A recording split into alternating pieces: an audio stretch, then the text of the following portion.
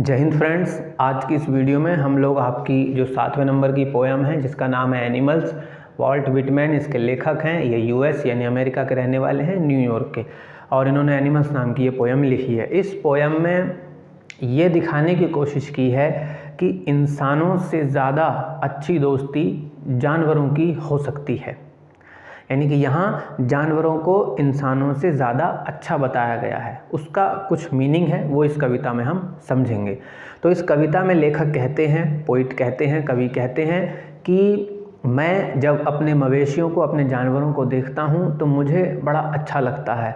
क्यों अच्छा लगता है? क्योंकि जानवर एकदम शांत रहते हैं, वो कभी अपने दुखों के लिए पछताते नहीं हैं, कभी अपने पापों के लिए माफ़ी नहीं मांगते हैं, वो कभी ईश्वर से कुछ नहीं मांगते हैं, वो कहीं जाना नहीं चाहते हैं, उनके लिए कोई अपना नहीं है, उनके लिए कोई पराया नहीं है, उनके लिए कोई जगह ऐसी नहीं है जहाँ उनको अच्छा लगता हो, और वो चुपचाप खड़े रहते हैं। वो रात को अच्छे से सोते हैं, वो किसी से कोई शिकायत नहीं करते, लड़ाई झगड़ा नहीं करते, और मेरे प्रति अपना प्रेम भी दिखाते हैं, और मैं उस प्रेम को समझ लेता हूँ, उस प्रेम को महसूस कर लेता हूँ। तो कवि कहते हैं कि कभी कभी मुझे लगता है कि क्या मैं कहीं पहले जानवर ही तो नहीं था, क्योंकि मैं उनकी बात को समझ पाता हूँ, उनकी बात को महसूस कर पाता हूँ।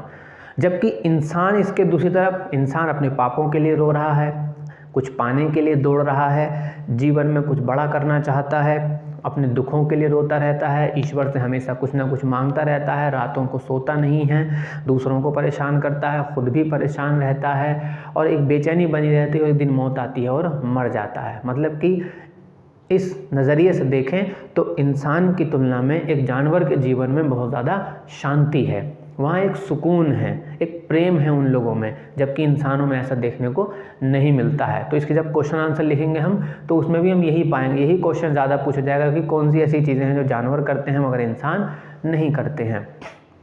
तो इंसान अपनी चीज़ों के लिए हमेशा परेशान रहता है, रोता है, कुछ पाना चाहता है, कुछ ले लेना चाहता है, चाहे उसके लिए उसे कुछ भी करना पड़ जाए, बेचैन रहता है ज़िंदगी भर। जबकि जानवर एक तरफ बिल्कुल शांत रहते हैं, उनको कुछ मतलब नहीं है, उनके लिए सारी धरती ही अपना घर है जानवरों के लिए, और वो अपना सुकून से रहते हैं। तो कभी कहता है कि कहीं मैं भी तो उसी रास्ते से नहीं होकर आया हूँ, मैं भी कहीं कभी जानवर तो नहीं था जो मैं आज इंसान बन गया हूँ। तो साथ में कभी ये भी कहता है कि इसलिए मुझे इंसानों से ज़्यादा जानवरों के साथ में रहना अच्छा लगता है, क्योंकि वे मुझे समझते हैं और मैं उन्हें समझता हूँ। तो काश मैं उनके साथ रह पाता, मैं भी उनकी तरह चारों पैरों पर चल पाता तो कितना अच्छा होता।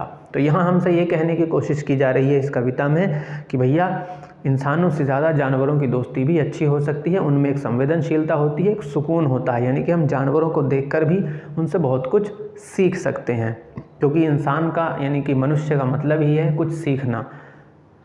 बस इस कहानी में सिर्फ इतना ही।